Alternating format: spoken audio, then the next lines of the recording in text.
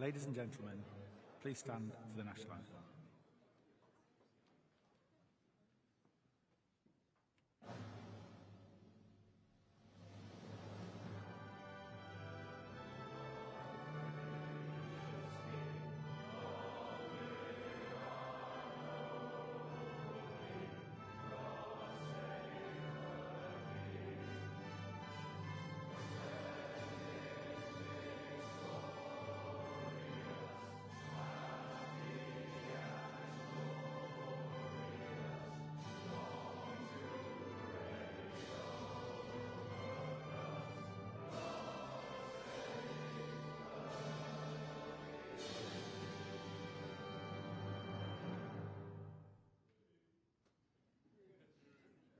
Ladies and gentlemen, please welcome the President of the National Conservative Convention and Conference Chairman, Stuart Harper.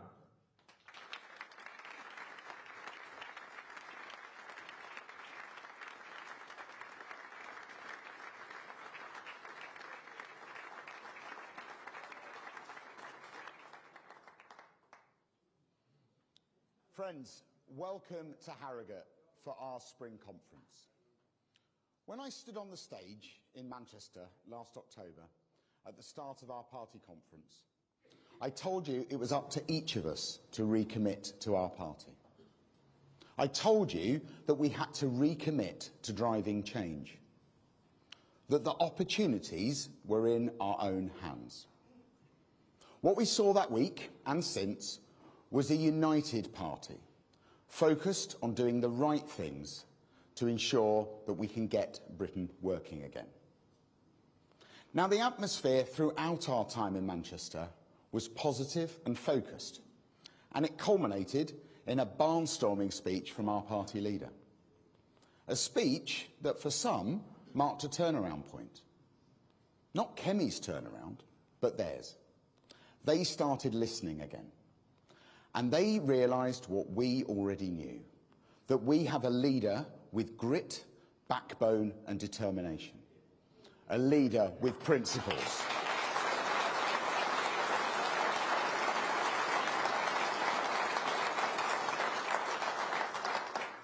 Now, let's be honest. There were some at that conference who didn't like what they heard. They didn't like the idea of a strong leader. Or rather, they didn't like the idea of any leader that wasn't them. So, after forgetting what he'd left on the photocopier, one man decided to leave rather than be part of a united party. Now he's hiding in the shadows rather than being part of a shadow cabinet.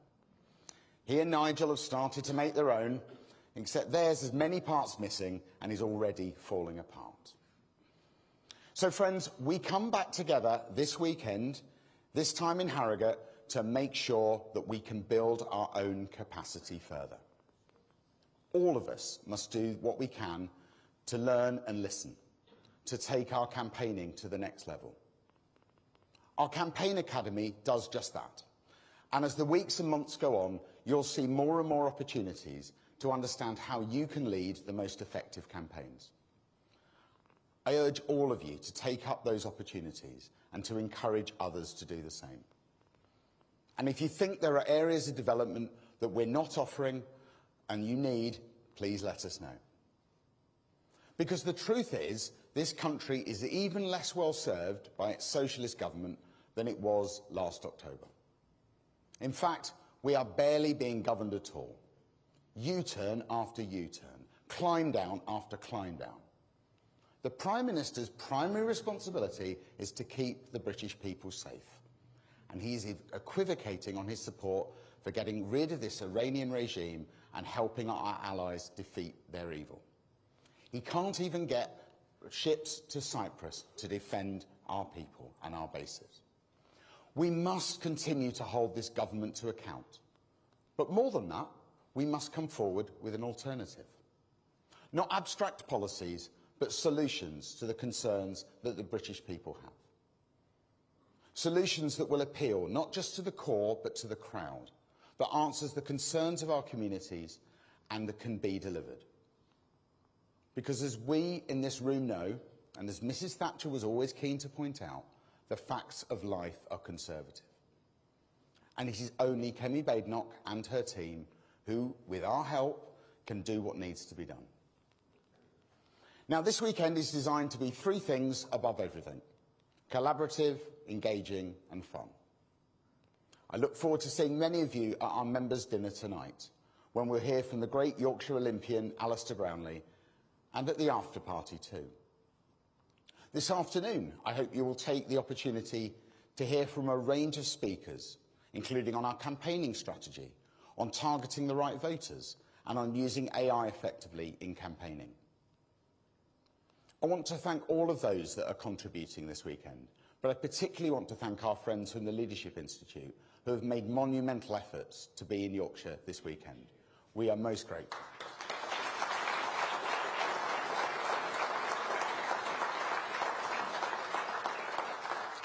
But before all that, this morning, I am pleased that we are able to hear from the most senior members of our shadow cabinet and from our party leader.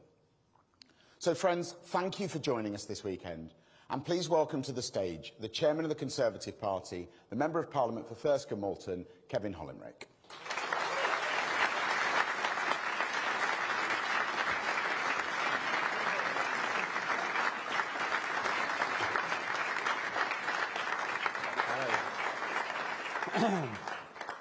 Welcome to Yorkshire. God's own country in springtime. The balmy weather. There is no better place to be. So can I first thank the excellent team at CCHQ for the fantastic job they've done pulling this conference together.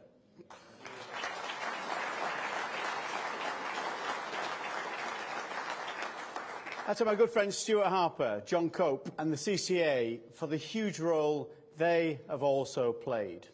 And of course, the conference team here and North Yorkshire Police, who are keeping us safe this weekend and for some of us, every weekend.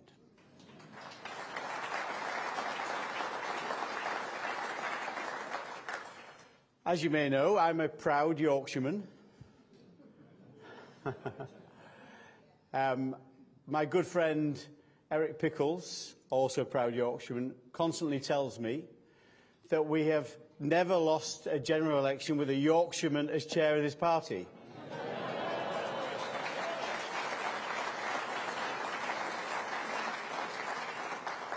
The Yorkshire folk are known, of course, for two things above all else: our generosity and our straight talking. Which means if you're doing something wrong, people here will tell you. So let me tell you straight. At the end of our 14 years of government, we lost the most important thing in politics. We lost trust. In politics, trust is everything. Trust takes generations to build, but it can be destroyed in seconds. Our task now is to accept the lazy caricature that those 14 years were simply 14 years of failure. Was it a failure to inherit an economy in 2010 with a deficit larger than Greece's and bring the public finances back under control? Was it a failure to help create millions of jobs and get people back into work, including hundreds of thousands from previously workless households? Was it a failure to transform England's education system so our children now rank among the best in the world? Was it a failure to halve street crime? Was it a failure to protect millions of jobs and businesses through the pandemic? Was it a failure to keep Jeremy Corbyn out of number 10 Downing Street?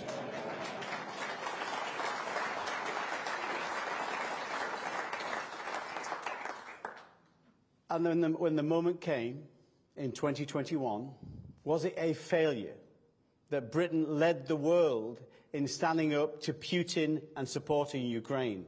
I don't think so.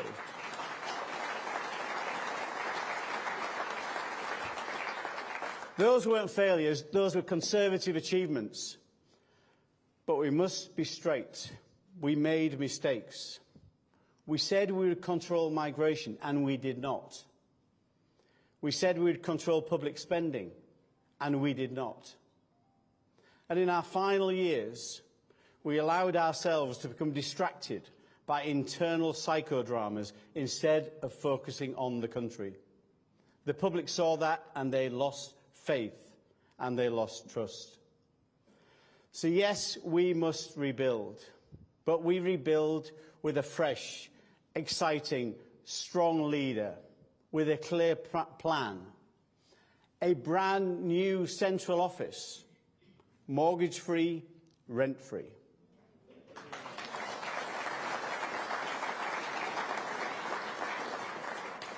And crucially, a highly talented team. Competent, professional, serious, united. And once again, ready for government. The good news is that rebuilding of trust is already showing results. I can tell you now, for the first time in history, the Conservative Party is now officially the least hated party in Britain. What an achievement. This may seem like being damned with faint praise. But in an age of tactical voting, being the least hated really matters. And even more importantly, according to the polls, now personally, I never look at the polls, I don't know about you, only every single day. But officially, we now have the strongest, most popular political leader in the country.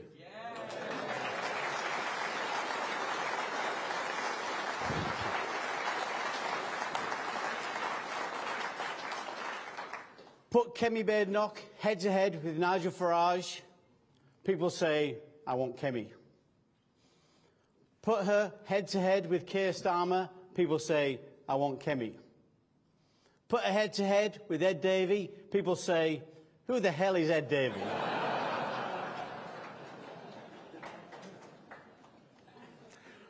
But crucially, once again, the Conservative Party is trusted more than any other party on the economy, and most trusted by business, trusted to grow Britain's prosperity. Our poll ratings are improving. When you look at our core support, plus those considering voting Conservative, we have the highest voting ceiling of any party in Britain. That tells us something really important. We can win again. But the road ahead will not be easy. The elections this May will be tough. We are rebuilding after heavy losses, and the seats that we are fighting to keep were won in 2021 and 22. It won't be easy. You know, before politics, I spent many years in business. And anyone who's spent time in business knows this. Sometimes you have to start again. You have to do a turnaround. And a turnaround is very different from a U-turn. A U-turn is blind panic. A turnaround is renewal. A turnaround from a place where many said all is lost. This can be your proudest achievement and our proudest achievement. I am proud to serve under Kemi. I first saw Kemi at a conference in 2017 speaking. I thought, this is a rising star. And I was lucky enough to be appointed one of her business ministers when she was business secretary in 2022. And I was keen to impress. And your first big pressure outing as a new minister, my first time at Dispatch Box, is oral questions. And I remember when you go up to the Dispatch Box to answer your question, quite a stressful moment, and we all shuffle around to let each other sit down back when you've answered your question. And Kemi answers a question, then my turn came, and I got up and answered the question, and it kind of went okay, and I was so relieved. Instead of sitting back down the space that Kemi had left for me, I went back to where I was before and sat on Kemi's knee.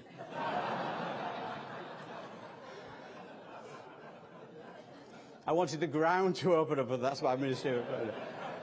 And brilliantly, Kemi just burst out laughing. because two things happen when you are in those kind of senior positions, when you take the top job. People either wilt or they blossom, and Kemi is blossoming. That wonderful conference speech, that budget response, but I think people's favourite moments are some of Kemi's moments at the dispatch box against Keir Starmer or Rachel Reeves. That wonderful moment when she said, "Sorry to interrupt your Cheerios." That's one of my favourites. When she called the Labour ranks this week orcs and goons. I quite like that. When she said to Rachel Reeves, "You used to work in a Bank of England, didn't you? In customer services." Brilliant. Rachel Reeves' response was quite direct, and anybody can lip read could know exactly what she said. Now, I speak to members up and down the country. In my 11 years in Parliament, I've never known a leader so universally liked and admired by our members and by the public. Liked, admired, with unconditional support of the Shadow Cabinet and our excellent leaders in Wales and Scotland, Russell Finlay and Darren Miller. We are a team again. Our trust is built face to face. When people see Kemi, when they hear her speaking so plainly and honestly, they like what they see and they trust her. Her following on social media has increased by 300% since September. We are winning the air wars again. Our job, everyone in this room, is to fight the ground wars. We must take her message and multiply her message on every doorstep in every part of the country. Like Tiptree in Essex, Councillor Will Calverley, 900 voter intentions he collected and 55% of the vote he won by. Like Worth Valley in Bradford, Councillor Paul Golding, 1,700 voter intentions, 52% of the vote. Like Eaglescliffe West, Councillor John Dodds, 1,900 voter intentions and 60% of the vote. And Hyde in Trafford, an incredible 2,600 voter intentions by Natalie Shalom and 47% of the vote. These all go to show elections are still won on the doorstep and on the ground. They're won by volunteers, they're won by conversations, they're won by hard work and hard yards. Where we organise, we win. So if every activist, every volunteer, every member fights as hard as they can on the ground, then we can win in May. In fact, we can help this weekend. Thomas Martin is standing and fighting in a by-election here, right in Valley Gardens ward. So at 11:45, please join me at the entrance of the conference centre to do some canvassing. If we keep rebuilding trust day by day, step by step, conversation by conversation, then we will again. We will win again. Not for ourselves, but for our country. Let me finish where I started. Yorkshire people, two things: generosity and straight talking. The British people deserve straight talking from their politicians again. That is how we rebuild trust. That's how we rebuild our party.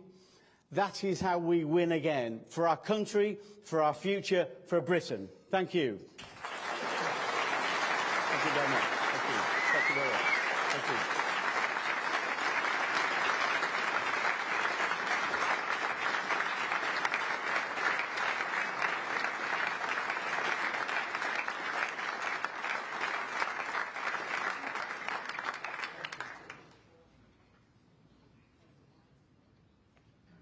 Ladies and gentlemen, please welcome the Shadow Chancellor of the Exchequer, Mel Stride.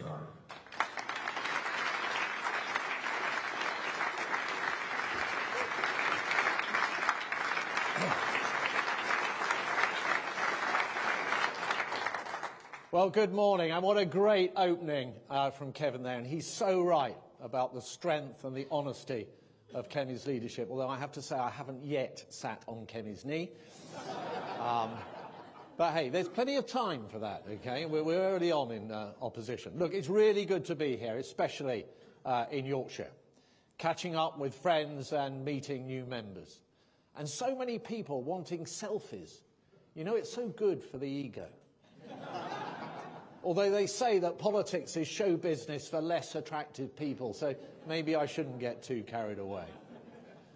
And some of you have even called me Sir Mel, and that always reminds me of the importance of humility too. And I'll tell you a little story about that. The day I went to Windsor Castle for my investiture, to be knighted by His Majesty the King.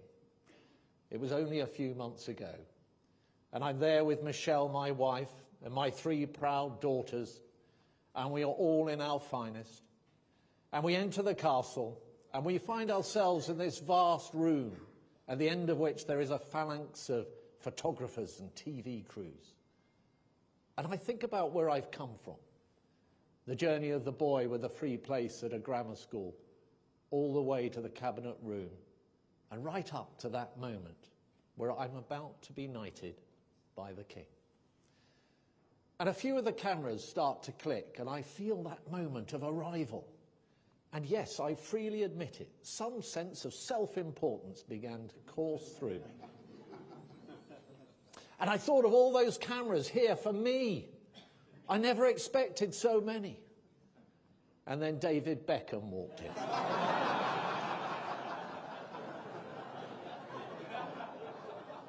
And I realised they weren't for me. And a sense of humility set in pretty quick, I can tell you. And that same sense of humility visited me in July 2024, when in a seat I had held with majorities of up to 20,000, I clung on by just 61 votes. Well, I guess it was 60 more than I needed, but it didn't feel like it at the time. And I thought then about why it had happened. And that takes me to the day before the general election.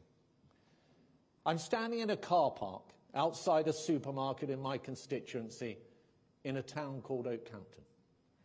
And an elderly man comes up to me and he says, "You're Mel Stride, aren't you?" And I said, "Yes." And he said, "You're a great local MP." And I said, "Thank you. Are you going to vote for me?" And he said, "No." And I asked him why. Was it net migration, tax, small boats? And he thought and just said, "It's because I no longer know what your party stands for." And then he added, "Actually, I don't even know whose side you are on." And right there, right then, landed the most fundamental question in politics. Whose side are you on? And knowing the answer to that question is one of the reasons why for 2 centuries, whilst our fortunes may have ebbed and flowed, we have been the most successful political party in the world. From Disraeli looking out for the working man, to Margaret Thatcher empowering people to buy their own council home. We knew back then whose side we were on. So let me tell you today whose side we are on. We are on the side of the people who want to contribute to our country. People who work hard. People who want to provide for their family, want to better themselves. People who build businesses and create wealth. People who are more interested in putting in than taking out. These are the people Kemi and I have in mind when we think about whose side we are on. For at the heart of our party is an enduring belief in the power of freedom as expressed through the individual to do good. Good for others, for our communities, our country, and yes, to support our own independence and protect our own families. So that makes us the natural party of the makers, the doers, the strivers, the builders, and the risk takers. It makes us a party that believes in unleashing for them the extraordinary power of aspiration and opportunity. And we must never lose sight of that, because when we do, we become less conservative, and we start to lose the gentleman outside the supermarket, and many others besides. Now, this is not just about fairness. It's also a matter of economics. So let's start with some basic and enduring economic truths. That incentives matter. That if you want people to work, you need to make sure that work pays. That if you tax something, you will get less of it. That if you can get taxes down, then wonderful things can happen. That encouraging and freeing up those who create helps build a stronger economy for everyone. And we have seen throughout our history what happens when hard work and passion are aligned with incentives. In our country, huge advances have been driven precisely by that. The Industrial Revolution drew together talent, ingenuity and capital to create incentives that propelled our country to become the greatest economic powerhouse the world had ever seen. And it is not just huge economic tides that embody the power of this idea. Individuals, too, make their mark due to exactly the same factors. Frank Whittle developing the jet engine, Tim Berners-Lee, the World Wide Web.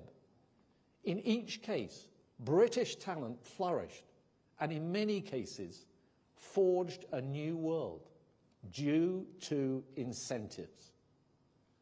And armed with the clarity of that understanding, that the greater the incentives, the more we can achieve, we Conservatives can create an economy that is once again the envy of the world. And you know, we have so much talent in our country, so much potential. We have great universities, world-class companies in pharmaceuticals, in creative industries, in financial services. We have deep pools of capital. We have the English language. We have the best possible time zone for international trade and finance. We have an outstanding cultural offer. All of this just needs to be unlocked and set free. And that is what we will do through the power of incentives. Incentives for those who work, incentives for those who create wealth. That is what, under Kemi's leadership, we are focused on. And I know about the power of these ideas because of my own experience. When I left university, I didn't go straight into politics.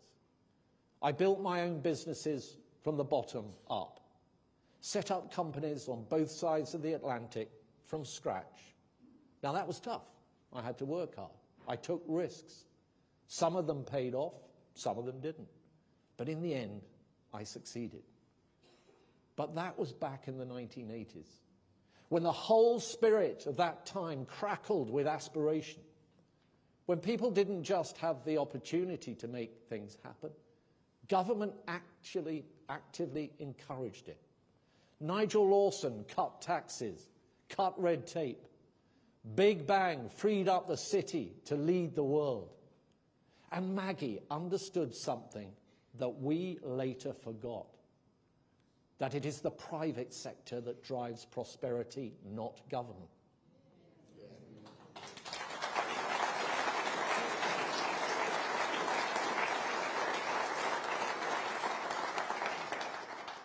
In fact, she understood something more fundamental still, that if government simply gets off people's backs, it's incredible what they can achieve.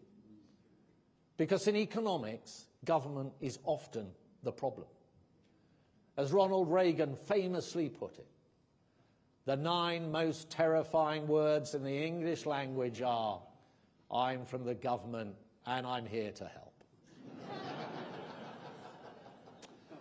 I lived and breathed business at that time and for decades following before I came into Parliament. So I get it. But Rachel Reeves does not get it. In fact, Labour don't understand any of those economic truths. They don't see businesses as the engines of growth. They see them simply as sitting ducks to be taxed for their statist views, to pump cash into quangos, bureaucracies, benefits, and keeling over to the unions. You see, they fail to grasp that if you tax something, you get less of it. They brought in a jobs tax, and unemployment is at its highest since the pandemic. They raised taxes on pensions, on family businesses, on farms, on local high streets, on property, on investment, on savings, all of which have been diminished as a direct result. I could go on. And from this, we know whose side Labour are on. And what are Labour's taxes paying for? Well, in a large part, an out-of-control welfare bill. They scrapped the reforms I had brought in, reforms that would have seen almost 500,000 fewer people going on to long-term sickness benefits. And then to top it all, they raised taxes on working people so they could abolish the two-child benefit cap, taking money from those who work to give to those who do not. That is the wrong choice.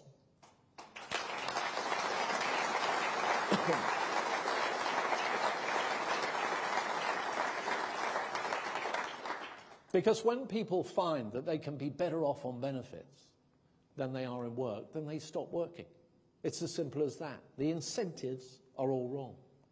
The message from this Labour government is if you work, we'll tax you. If you don't, we'll fund you. That is a blueprint for Benefits Britain. It's a road to disaster. And as Conservatives, we say that is not right. That is directly hurting the people whose side we are on. That has to stop, and in government we will stop it.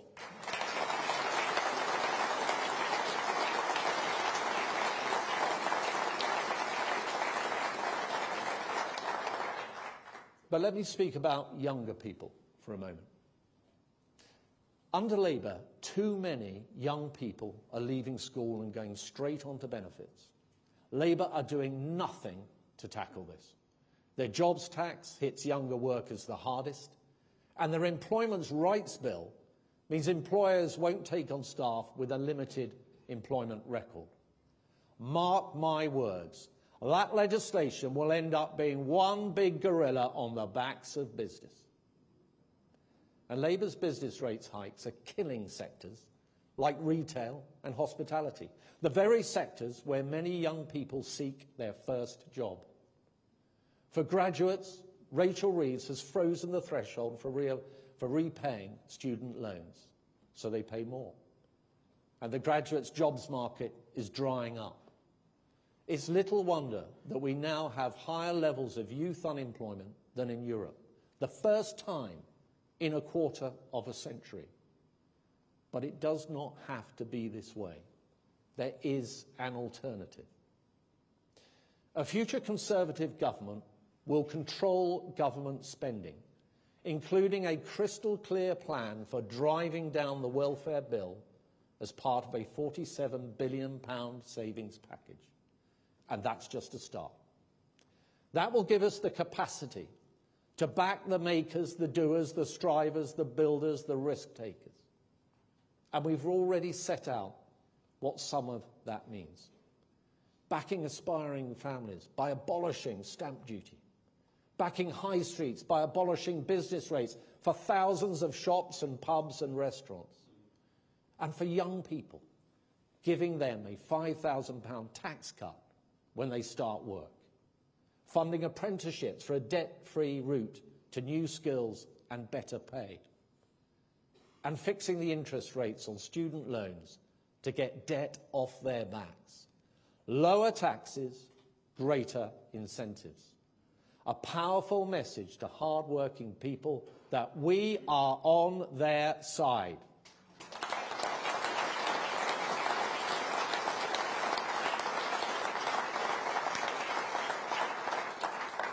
But let me be very clear. We will only do all of that in a way that is fully costed. For every saving, at least half will go towards bringing down borrowing. That is our golden economic rule. Because just as we Conservatives know we cannot tax our way to prosperity, we know we cannot do it through borrowing either. Fiscal responsibility is in our DNA. That is what sets us apart from other parties. When it comes to the Reform Party, they don't even try to make their numbers add up. They almost laugh in your face when you suggest that it matters. Just a few weeks ago, they announced a package of tax cuts with a £10 billion black hole in the middle of it. And when challenged, one of their MPs simply said, "I'm not interested in the numbers." It's true. He said it on Radio 4. And their new Treasury spokesman just tried to brush it off completely by completely misrepresenting his own policy. Although I hear that after the Gordon and Denton by-election, he's now in talks to defect to the Greens. So we will get taxes down, but we will do so responsibly. But of course, taxes are not the whole story. Another of those economic truths is that regulation stifles growth. And for too long, with regulation, little by little has become much too much. A vast yoke around the shoulders of every business in the land. So why has this happened? Well, one reason is that as an economy, as a society, we have become too risk-averse. Whenever anything goes wrong, too often the instinct is to ban things, to tighten rules, to avoid any risk of harm by simply stopping people doing stuff. We can't open a window in case someone falls out. Kids can't play in the snow in case someone slips. The egg and spoon race is cancelled lest an ankle is twisted. We've become a cotton wool world. Call me old-fashioned, but whatever happened to common sense?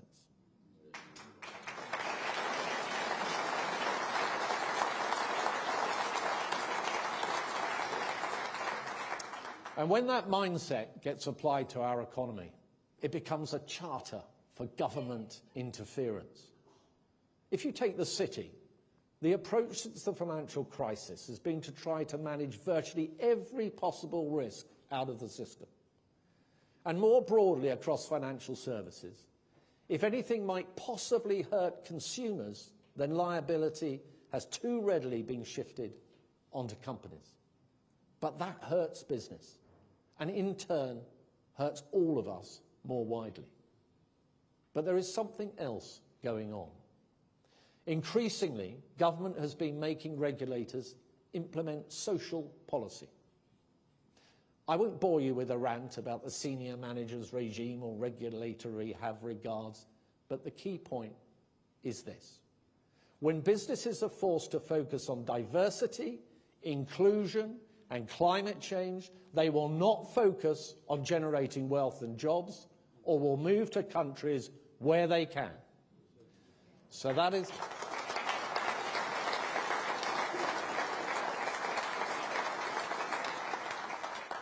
is why a future Conservative government will repeal all this utterly nonsensical diversity and net zero regulation.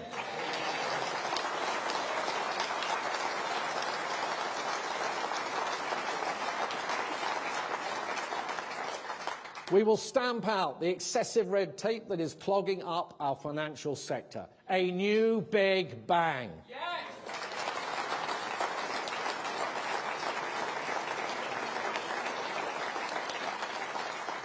This will be the day we drag the gorilla off the backs of business. It is risk takers who drive growth, and we will back them. So my message to you today is that our country is far from done. We bristle with talent and world-class advantage. Our best days lie ahead. But to realise that place up there on the podium, We need a Conservative government that will truly unleash the potential of our great country. And we can do it because we understand the challenge and we understand the economics. Give people an opportunity and they'll take it. Give people an incentive and they will do great things.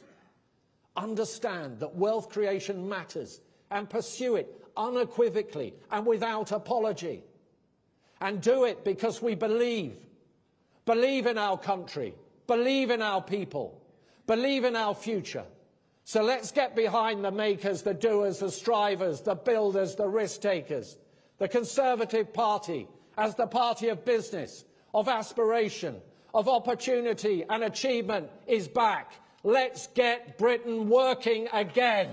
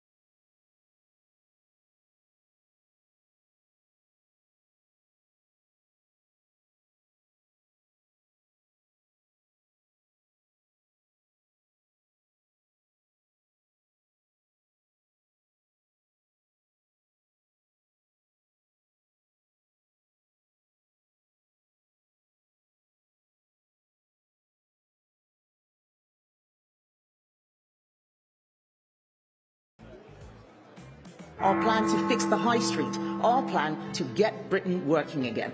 That is what we believe in. That is the change that we will deliver. We are going to turn Britain from a welfare state into an opportunity state and together get Britain working again.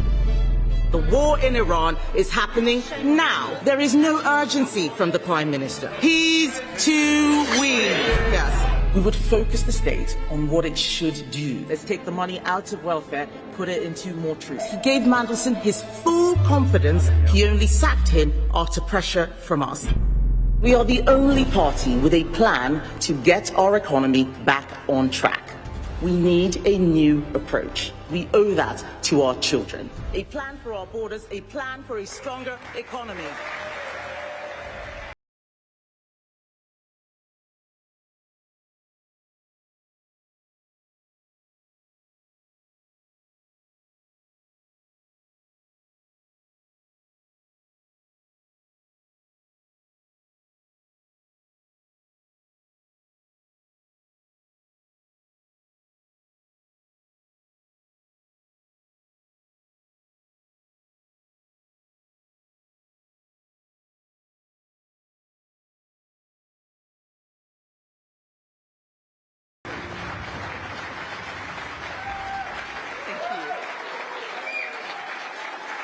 Thank you. Good morning. Welcome to our new spring conference. We meet today with the world perhaps in greater peril than at any time since the Cold War.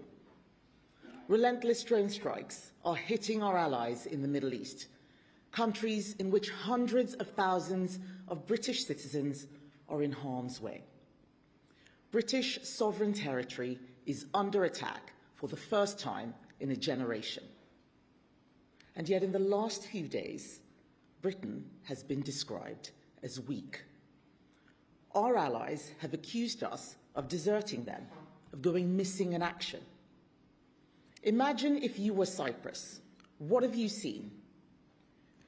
You've seen Britain dithering over sending the Royal Navy to defend our military base in the Mediterranean. The US, Greece, and France have all sent ships. Ours is stuck in Portsmouth Harbour and apparently may set sail sometime this week. We have made America wait to use our air bases while Iran was hurling drones at our allies. We are giving away the Chagos Islands, British sovereign territory, home to a crucial UK-US defence base, Diego Garcia. No wonder our allies feel they can't rely on us. And it's not just our allies who are watching this, it's our enemies too. As Labour, dither and delay, countries hostile to Britain are working to promote their interests over ours. It's not just the regime in Tehran, it's Putin, a man prepared to send more than 1 million Russian soldiers to their death as he tries to march his army across Europe. It's China, leading an axis of authoritarian states. Just this week, the husband of a Labour MP was arrested on suspicion of spying for China. As instability spreads, these states are pushing further and further to see what they can get away with. At a time when Britain needs strong and decisive leadership, we have a Prime Minister who is too afraid of making the wrong decision, too afraid to make any decision at all. Last week's by-election has spooked the Labour Party. They watched the Greens campaigning on sectarian voting lines. A tactic that Labour used for many years is now being turned against them. And now, Keir Starmer is too scared to make foreign interventions for fear of upsetting a tiny section of that electorate. Everyone remembers the mistakes of the Iraq War. Nobody sensible is suggesting that we should drop bombs without a second thought.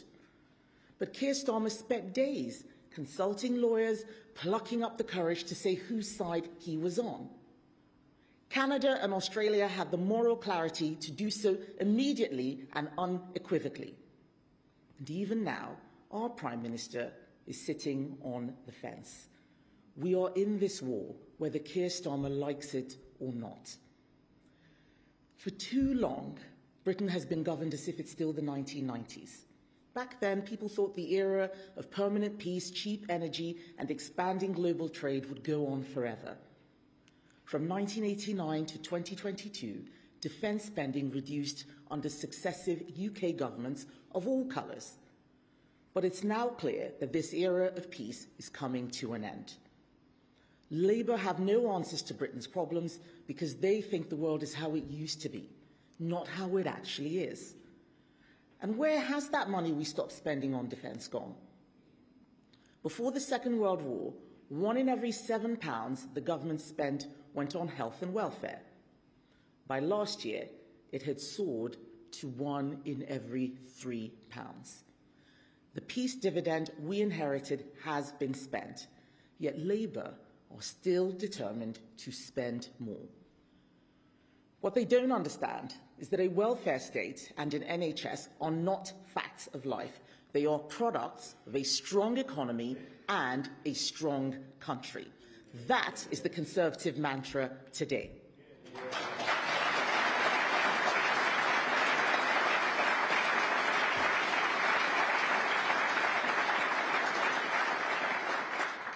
Public services need growth and economic security. We cannot have economic security without national security. If people in Britain cannot go to bed knowing that the country is being defended, then nothing or little else matters. Donald Trump has made it very clear that America is not going to continue to fund NATO's defence of Europe. The world has changed and it is not going back. Britain must start spending 3% of GDP on defence.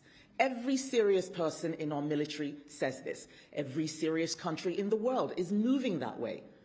But instead of prioritising defence spending, Labour have chosen to spend yet more money this country does not have on lifting the two-child benefit cap. We introduced that cap because we believe that people claiming benefits should face the same choices when it comes to having children as everyone else. That is just basic fairness. Labour say it's going to lift children out of poverty. Do you know what lifts children out of poverty? Their parents being in work in a growing economy.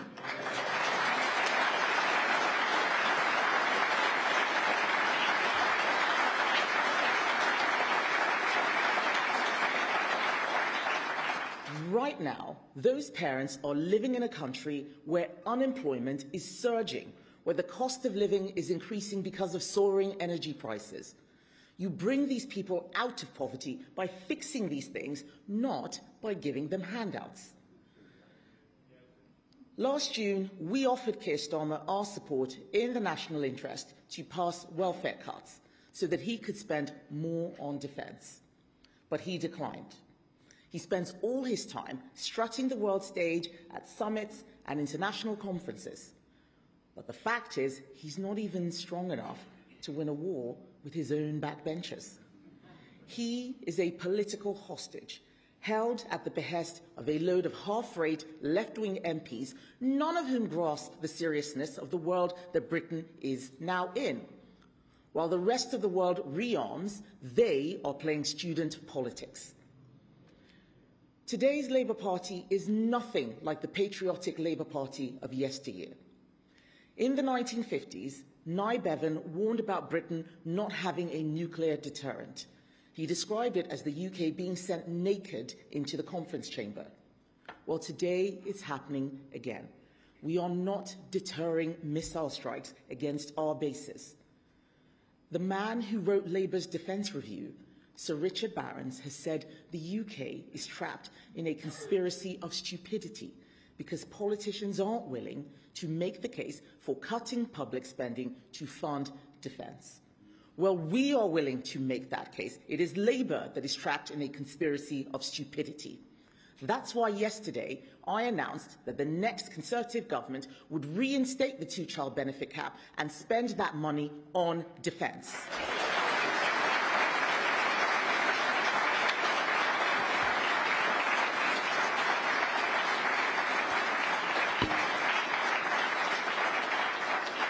That money will pay for the largest net increase in British troops under any Prime Minister since the Second World War.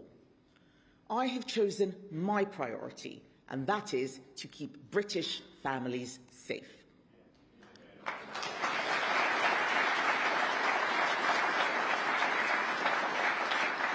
These reinforcements will join thousands of brave servicemen and women, and I want to pay tribute to them for everything they do for our country, day in, day out.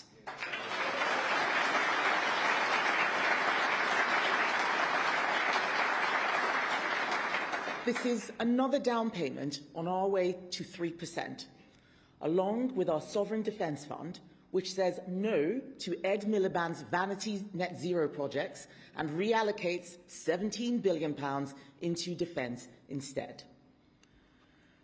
As Rachel Reeves stood up to speak at the Spring Statement this week, oil and gas prices around the world were spiking. Price rises that have already made it more expensive to fill up your car and will very soon hit your energy bills too. The UK only has enough gas storage to last for 2 weeks. Mark my words, a price shock is coming. And when it does, it won't just hit our pockets, it will have a huge impact on Britain's borrowing costs too. Mortgage rates are already going up, and it will make everything government does more expensive. Yet in that statement, Rachel Reeves had nothing to say about the financial risk we now face. Do you know what her excuse was? The OBR document had already gone to the printers. Does she really think investors are going to say, okay, fair enough? Rachel Reeves is astonishingly naive. While she claims to be providing stability, Britain is paying more to borrow than Greece, more than Morocco. Investors have no faith in her to balance the books. They can see that she is not willing and not able to cut Britain's debt. Ladies and gentlemen, there are a frightening number of people in our politics, on the Labour benches, in the Greens and the Lib Dems, who genuinely think that His Majesty's government doesn't need to pay its debts. These silly people are either too young to remember the 1970s or too foolish to have learnt the lessons. Well, let me tell them, if we do not cut borrowing, Britain will go bankrupt. There is only one party interested in preventing that, and that's the Conservatives.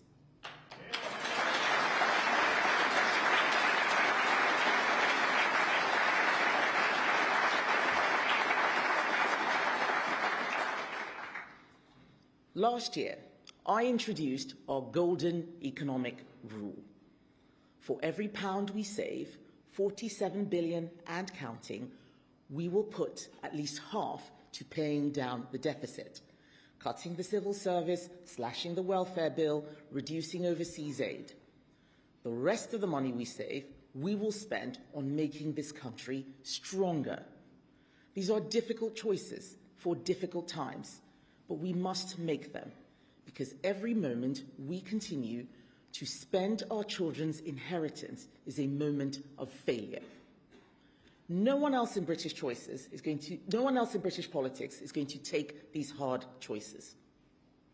Nigel Farage has said Vladimir Putin is the world leader he most admires. He blames NATO for the invasion of Ukraine. Reform's last leader in Wales is in prison for taking bribes from Russia. These people are not going to keep Britain safe.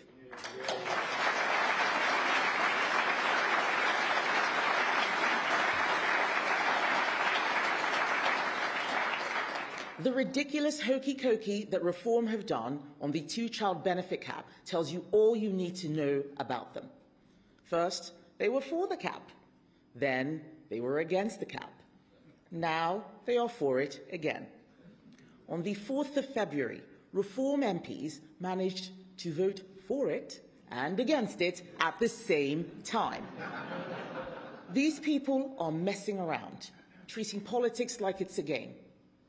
In this era of increasing danger, reform's priority is to take the savings from keeping the two-child benefit cap and spend it on pubs, on beer, ale over armaments, tankards over tanks. I love pubs as much as anyone, trust me, I do. But we have a real plan to save them. But we should not put our soldiers at risk for a few pennies off a pint. Reform are not serious people, and they are not going to solve any of your problems.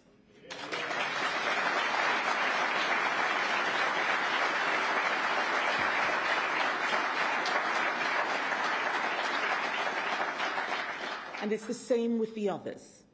The Green Party leader only wants to make two things bigger, and neither of them is our army. In fact, the Greens want to scrap our nuclear deterrent. They want to leave NATO. To be honest, I have no idea what the Lib Dems think, and I don't think they do either. This isn't just about defence abroad. We are also very clear what it is we are defending here at home, the Britain we are fighting to conserve. We are defending our values, our democracy, our education system, which Labour is currently trashing. We are defending our countryside so that our children get to enjoy it the way we did. Our high streets, the places that hold our towns and villages together, not letting them turn into grotty, crime-ridden streets full of nothing but vape shops. We are defending people's ability to go to their local pub, to have a laugh, to have a good time. We are defending our culture of humour, tolerance and free speech, and yes, even queuing. We're defending that. We are defending standards and behaviours. A country where a young girl can walk down the street without someone harassing her.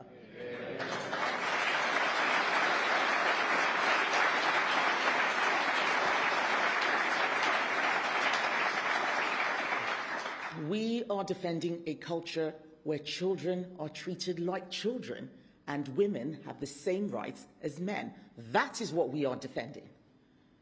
You have to know what kind of country you want to create.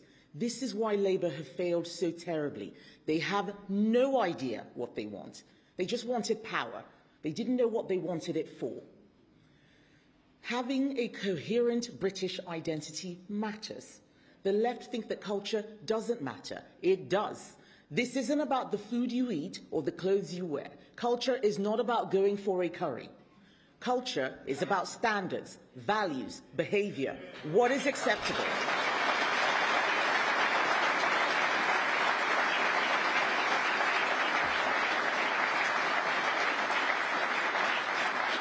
Culture is about what is acceptable and what is not. We have allowed too many people to come to this country who do not share our values. We have become too tolerant of people who treat our country as somewhere to live rather than a place to belong. Britain must be built around a common culture and a common identity. Newcomers should join our country, not try to change it.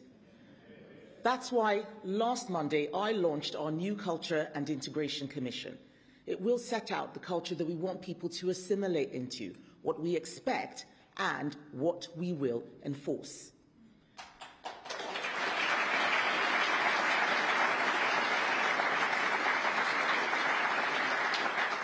Conference, we are bringing enforcement back to this country. We tried to be nice to everybody, avoided tough decisions, and it didn't work. No more. Every day, we are witnessing a failure of enforcement play out in our streets, in our towns, in our cities. Wherever you have travelled from to get to Harrogate today, you know what I'm talking about. Graffiti on public buildings and public transport. Phone theft, essentially decriminalised. The stench of cannabis wafting down a high street of boarded-up shops. The places we live in are going backwards and people feel miserable and helpless. Some people will tell you that this is all about the economy, but that's only half of it. Britain's towns and cities are getting worse because the people making them worse are not being punished.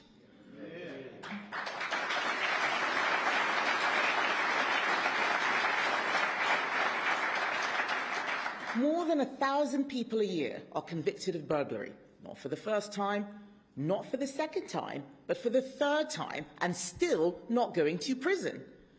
People are brazenly walking out of shops with armfuls of stolen goods. Drugs smoked openly in front of the police. A small number of people are making life a misery for everyone else because they are being allowed to. For too long, we have worried more about the rights of these criminals than stood up for the rights of victims. No more. Britain has values, it has standards. If you break them, you will be punished.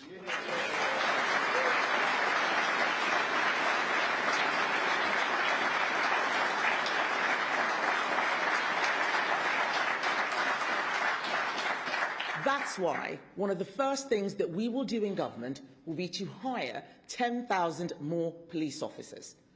And I will make it very clear to them that their job is to catch criminals. Right now, crimes are going unreported because people know nothing will happen. Shoplifters, phone thieves, violent thugs getting away with it. Just 1 in 20 crimes is being solved in Britain today. It's shocking. And it's not just about catching people, it's about preventing crimes in the first place. That's why we are going to triple stop and search and take knives and drugs off the streets. It works. We should be doing it. We will do it.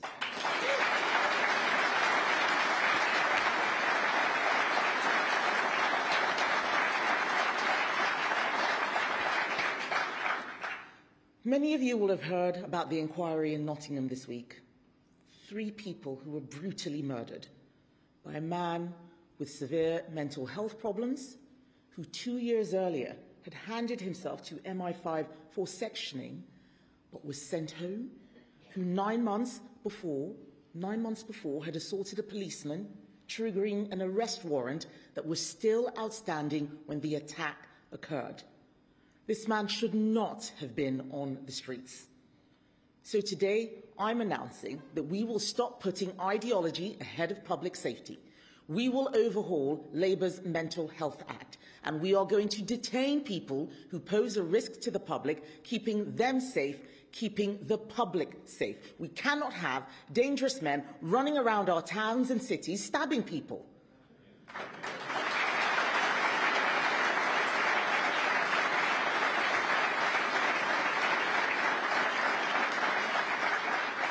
Ladies and gentlemen, this was not a one-off. There was one in Edinburgh this week, another one in Birmingham. In November, a man got on a train in Cambridgeshire and started stabbing passengers, even though earlier that day he had already stabbed someone on a train in London. It is the state's job to stop these things, but the British public is being left in harm's way. We need to be smarter too about the way we hunt down serious offenders. So today, I can also announce that we will introduce live facial recognition in crime hotspots across the country, including right here in Harrogate town centre.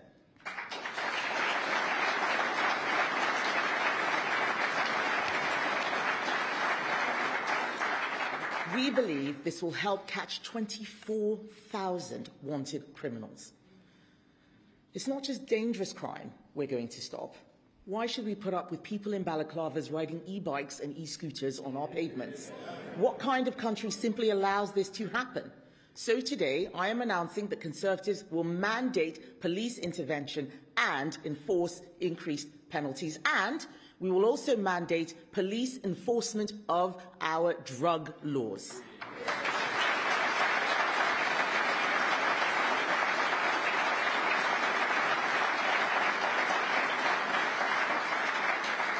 We have to do this, conference. We have to do this. If the Greens get their way, there will be crack cocaine smoked on park benches.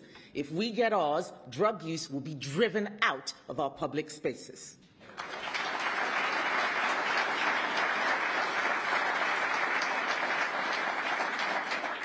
Quite often, wrongdoers need to be fined. Sometimes they need to go to prison. But at other times, it's much quicker and much more useful for lawbreakers to be forced to put right what they've done wrong. That's why my team has also devised a plan for new immediate justice community sentences, where someone committing a lower level offence can be made to clean up graffiti, our streets or our parks by police immediately. Not go through a lengthy court process while someone at the council is paid to clear up that mess out of your taxes.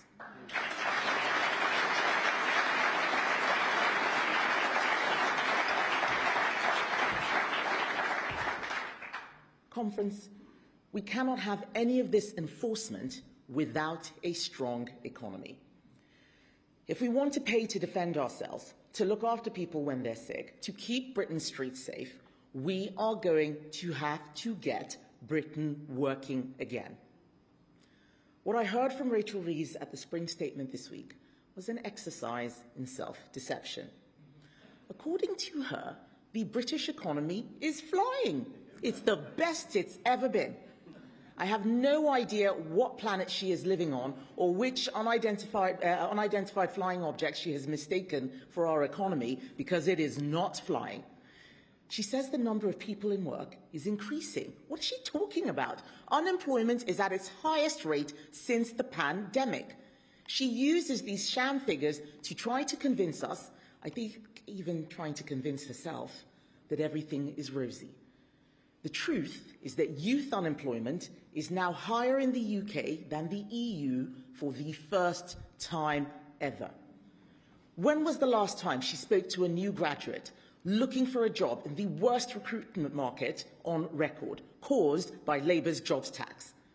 She boasts that the Bank of England has been cutting interest rates. It would have cut them faster if she hadn't spiked inflation with billions of pounds of taxes and spending.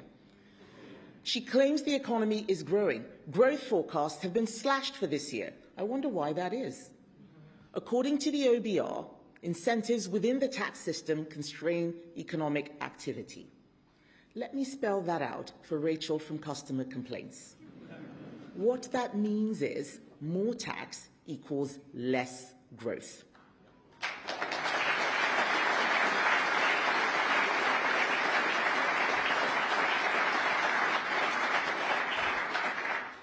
Ladies and gentlemen, the fact is the British economy is being held back because for too many, it no longer makes sense to work hard to take a risk. Sickness benefits pay more than the minimum wage. Politicians have taken the easier decision to put up taxes rather than cut public spending. Like Labour's jobs tax, which is killing investment into this country and costing people their jobs. And Labour have bowed to political pressure from lobby groups to regulate business in stupid ways. Enough. It's time to unleash our animal spirits, and our offer will make your life better tomorrow. Abolish business rates for most pubs, shops and high streets. Cut national insurance for young people by £5,000 so they can make a strong start in life. Abolish stamp duty so that people can afford to move house. These are the things my government will do because we are doing the hard work to find savings.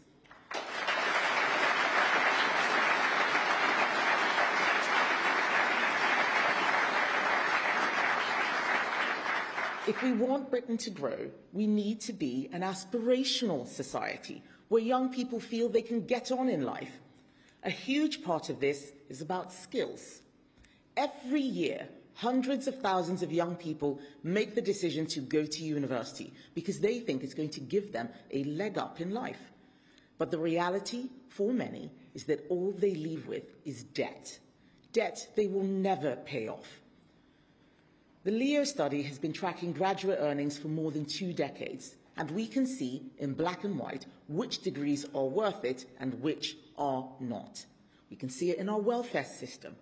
700,000 graduates are on out-of-work benefits. It's astonishing. And it's happened because universities get paid whether their graduates do well or not. No one in politics has been prepared to say no The government will not continue to fund these rip-off courses. I say enough. We are going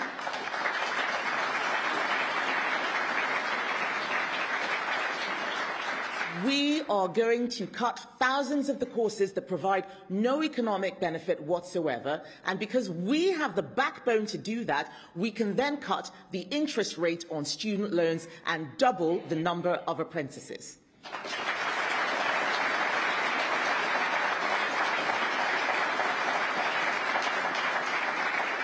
We want to see apprentices in the careers of tomorrow: defence, tech, sectors in which there will be opportunities. No one else in politics is talking about opportunities for young people. No one else is bothered about sorting out unfair student loans. We are.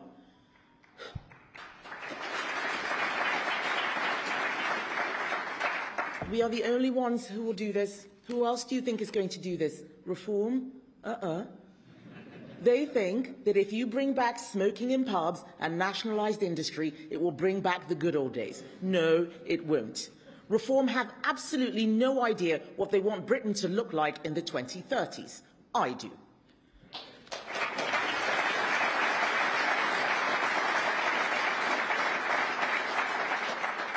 Conference, war in Iran means more problems are coming down the line. An oil price shock that will play havoc with the economy. I honestly don't know what more it will take for other parties in Britain to realise that we cannot continue with the net zero plans that don't work and rely on imported oil and gas with a higher carbon cost. Yet Labour press on with their net zero nonsense. I've talked about hard choices today, but this one is an absolute no-brainer. We have to drill our own oil and gas now.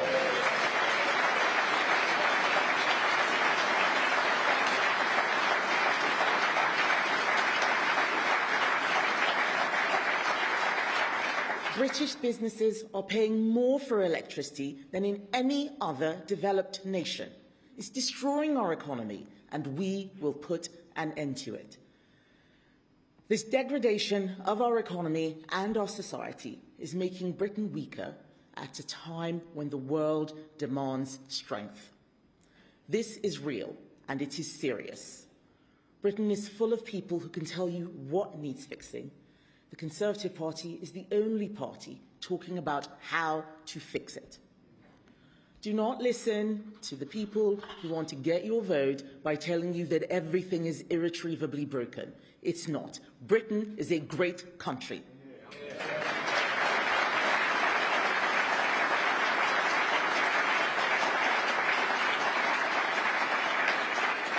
We are a great country full of talent, creativity, and the resilience to meet any test.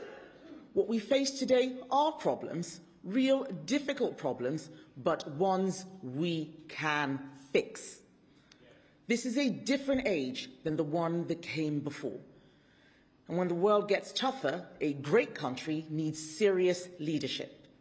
It needs a serious team, and it needs a plan for a stronger economy and a stronger country. Britain is in this situation because for too long, politicians have failed to take hard choices, telling people what they want to hear instead of what they need to hear. And we must acknowledge that this includes previous Conservative governments. This party is different now from the one that lost the general election. We have learnt lessons. We have got rid of people who don't share our values. Despite spring barely starting, for once I got my spring cleaning done early this year.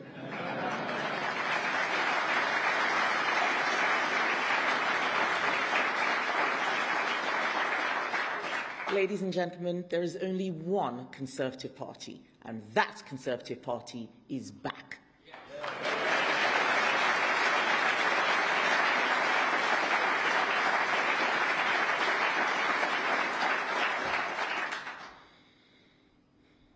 Conference, this is my plan. Defend our country, defend our values, take back our streets, get Britain working again, and restore pride in the places we love. No other party is thinking about the problems in this much detail. No other party will take the tough but necessary decisions Britain needs. As Conservatives, we know that government doesn't make Britain, people do. Just like it's not the government that creates growth, it's business. Government exists to create and maintain the conditions for success. Safety, security, lower taxes, enforcement of the law. The question I want us to be asking people at every election is, who do you think is going to be strong enough? Who is going to be competent enough to build something that will make people in this country feel better off? It doesn't matter who you are. I can guarantee you that if people feel that they can get on in life, start a family, buy a house, build a business, if they live in a country that feels safe and familiar, in villages, towns and cities where the law is upheld, they will live happier lives.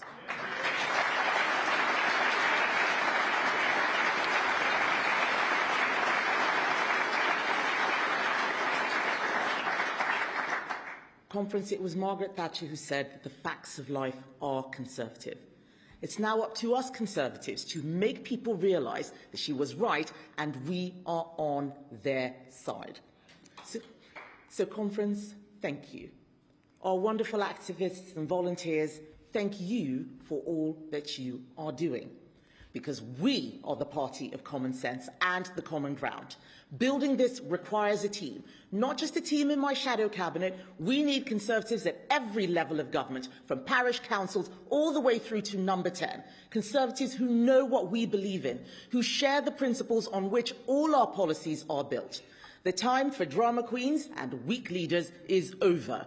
We are living in serious times. Serious times call for serious people. That is the party I am building. This is how we are going to fix our country. Join me and let's fix it together.